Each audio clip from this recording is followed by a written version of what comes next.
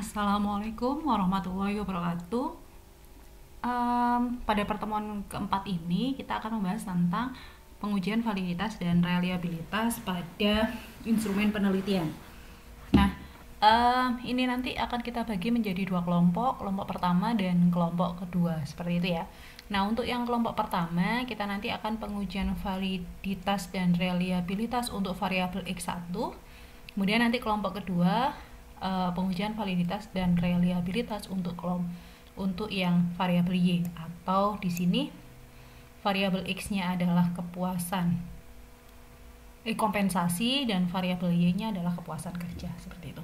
Nah, dalam kita membuat suatu bentuk angket, biasanya kita nanti akan mendapati beberapa soal yang akan kita buat. Di sini variabel X1 akan diwakili oleh 8 soal pertanyaan atau 8 pertanyaan, dan variabel Y akan diwakili oleh 12 pertanyaan. Nah, bagaimana cara kita untuk menganalisis datanya? Biasanya nanti data yang akan kita miliki, kita akan buat tabulasinya seperti ini.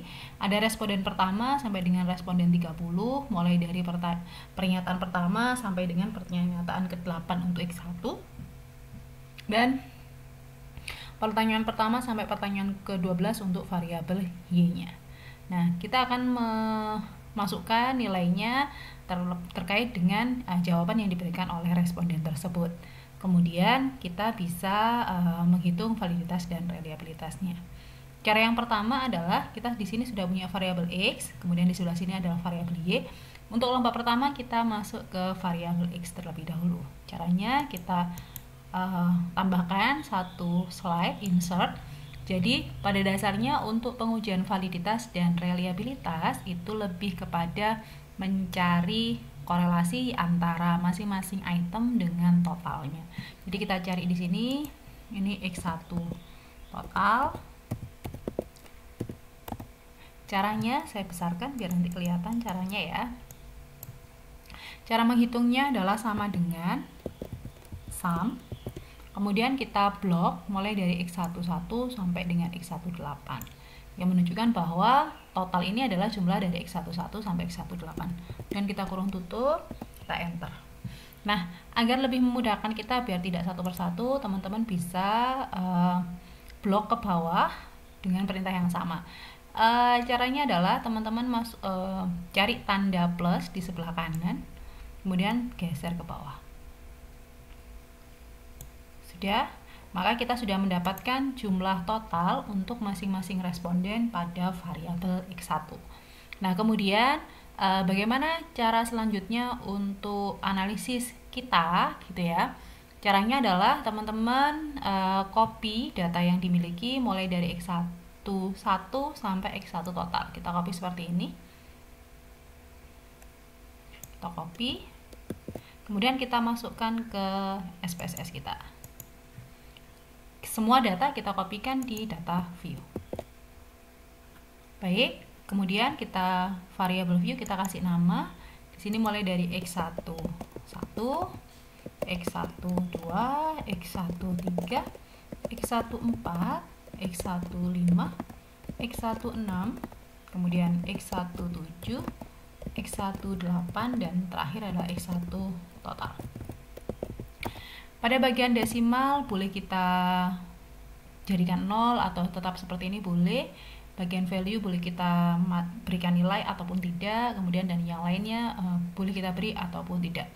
Kita memilih opsi untuk tidak usah kita beri karena nanti tidak terlalu banyak perbedaan ketika kita beri value-nya ataupun tidak kita beri value-nya, seperti itu. Baik, kita lanjut.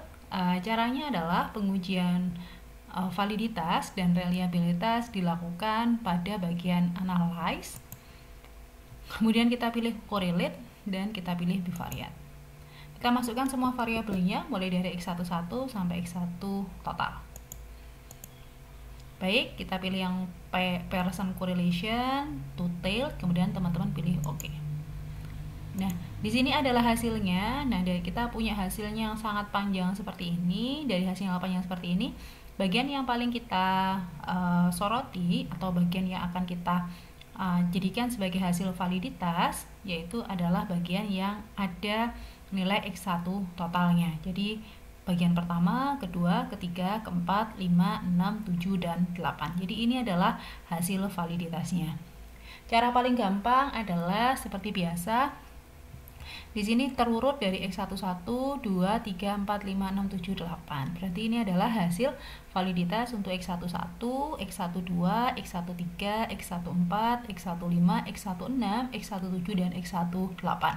Untuk mengetahui dia valid atau tidak, ada dua kriteria yang bisa kita lakukan, yaitu dengan membandingkan Bayesian correlation dengan nilai R tabelnya, atau dengan menggunakan nilai sig kita bandingkan dengan alpha. Nah, kalau Bayesian correlation kita akan bandingkan dengan nilai 0,361. Nah, dari sini kita ketahui bahwa semua nilai yang ada di sini lebih dari 0,361 yang menunjukkan bahwa pertanyaan dari X11 sampai dengan X18 dia sudah valid. Atau bisa teman-teman lihat di bagian nilai sig-nya, dia juga sudah kurang dari 0,05 yang menunjukkan bahwa semua item pada variabel X1 yaitu X11 sampai X18 dia sudah valid. Nah, ketika kita sudah mendapatkan hasil validitas, maka kita bisa melakukan uji selanjutnya yaitu uji reliabilitas.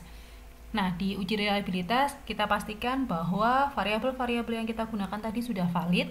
Ketika dia sudah valid, baru kita akan uji reliabilitasnya. Teman-teman klik analyze, kemudian scale. Saya ulangi ya, analyze, kemudian scale, kita pilih reliability analysis. Nah, di reliability analysis ini kita punya 8 pernyataan, yang ke-8-8-nya adalah valid. Sehingga kita masukkan X11 sampai X18.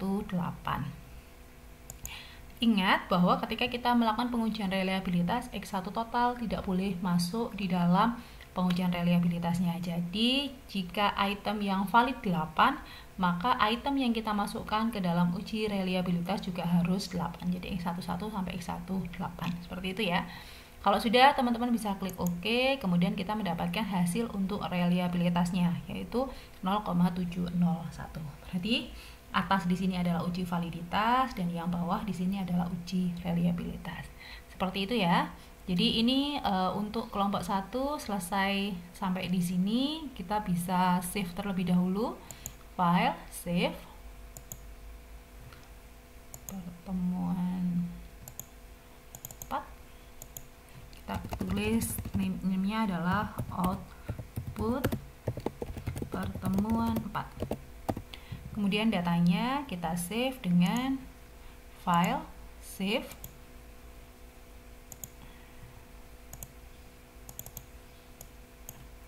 data pertemuan 4. Kalau sudah kita save dan selesai untuk teman-teman kelompok 1 pada saat untuk mempraktekkan hasilnya. Sekian dari saya, setelah ini akan saya lanjutkan untuk kelompok 2. Assalamualaikum warahmatullahi wabarakatuh.